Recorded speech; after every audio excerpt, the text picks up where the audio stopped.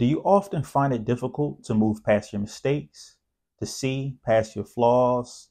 You may procrastinate at times, and you may even push others away when things start to get serious or you start to show you real emotions. If this sounds familiar, you may be self-sabotaging. Let's discuss it.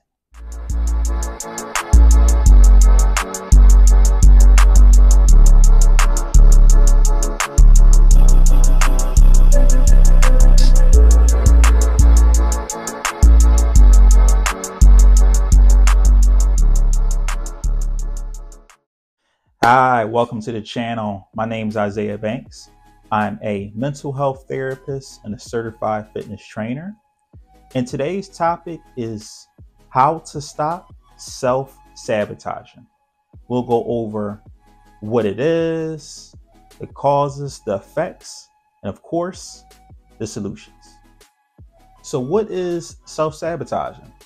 Self-sabotaging is a concept where your actions are holding you back from accomplishing whatever you desire to accomplish. At times, it's obvious when you're self-sabotaging. Maybe it's the times when you're running late to a meeting, when you procrastinate on an assignment. You always tell yourself, oh, I did that again. But there are times that's less obvious where you're also engaging in the same behavior. An example can be when you're pushing people away romantically. Maybe someone told you that they love you with hopes of you saying it back. You may begin to panic as when someone says that they love you, you're associating that with relationship, and your previous relationships may have failed. And so you're gonna believe that the same thing can happen, right? Potentially. And so you start to push the other person away by blocking their number, ignoring their calls, and just totally dissociating yourself from that person. There are many causes for self-sabotaging. One cause being low self-esteem. Low self-esteem is when one does not think highly of themselves. They may experience shame or guilt just about being themselves. This makes perfect sense in regards to self-sabotaging behavior, because when one is self-sabotaging, they feel as though there's a potential for failure or heartbreak or hardship.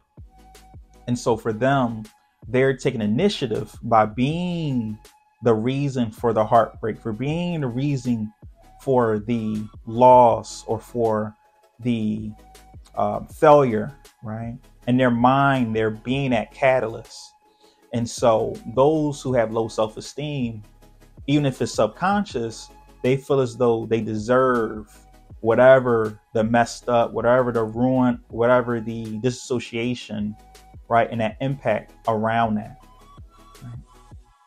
So secondly, another cause of self-sabotaging is fear of being judged.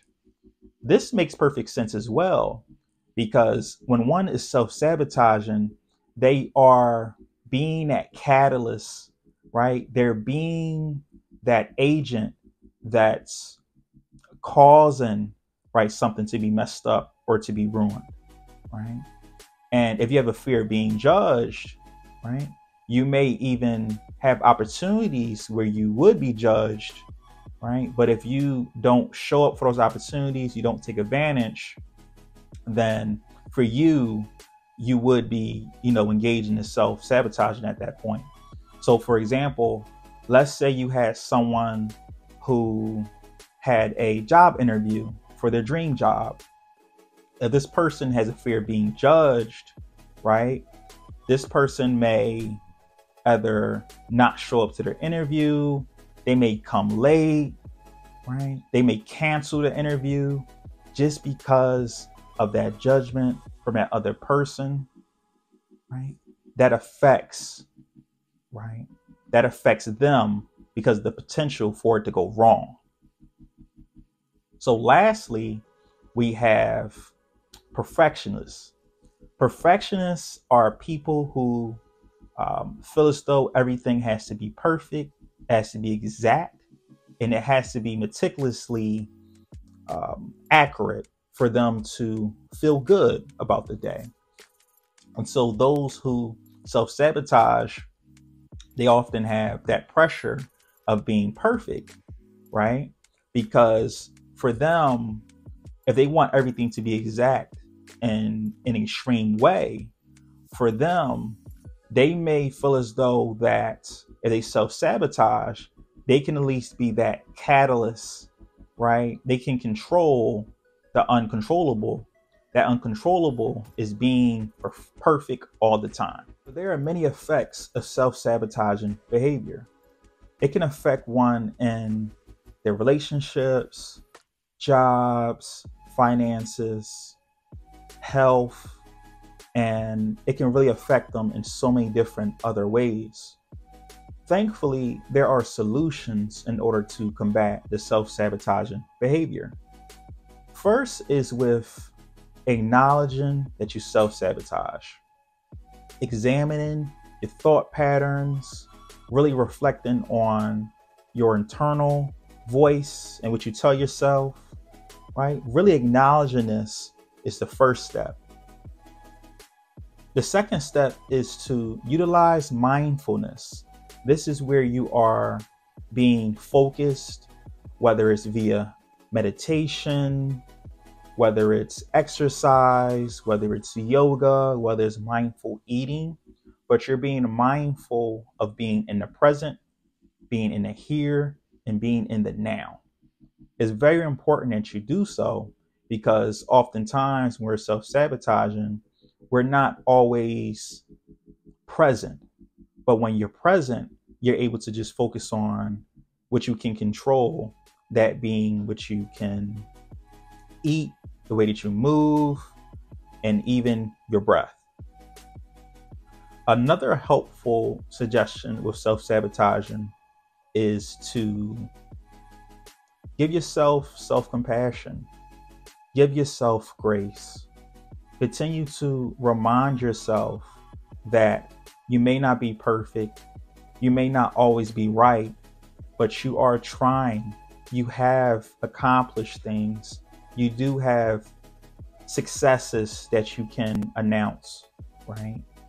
Remind yourself of how great you are, right? And in reminding yourself of that, continue to tell yourself that it's okay. Right? You will continue to get better. As long as you work at it, you will continue to improve and you will continue to strive for greatness, right? So remind yourself of that when you're telling yourself, right, of a mistake that you made, of a challenge that you're having a hard time with. Give yourself that grace during those times. That's when it's most important. And the last suggestion I'll give in regards to self-sabotaging is to challenge your beliefs about success. Examine what success means to you. Examine your reason for wanting to have that success and start to consider what you would feel like. How would your life be different once you have that success, right? Have that hopeful mindset in regards to things working out for you. So we use the example of the person telling you that they love you. Instead of thinking about what could go wrong, think about what can go right. Think about the positives of the relationship if you do indeed love this person.